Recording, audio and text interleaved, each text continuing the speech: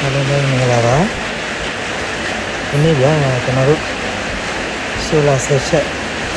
အစင်းနဲ့နေမှာပဲမိုးရကောင်းတယ်ဗျာ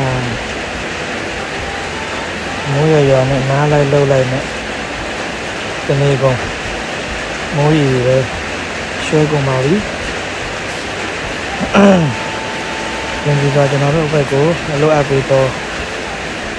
မိတ်ဆွေများလည်းကျေးဇူးပြုတင်ပါတယ်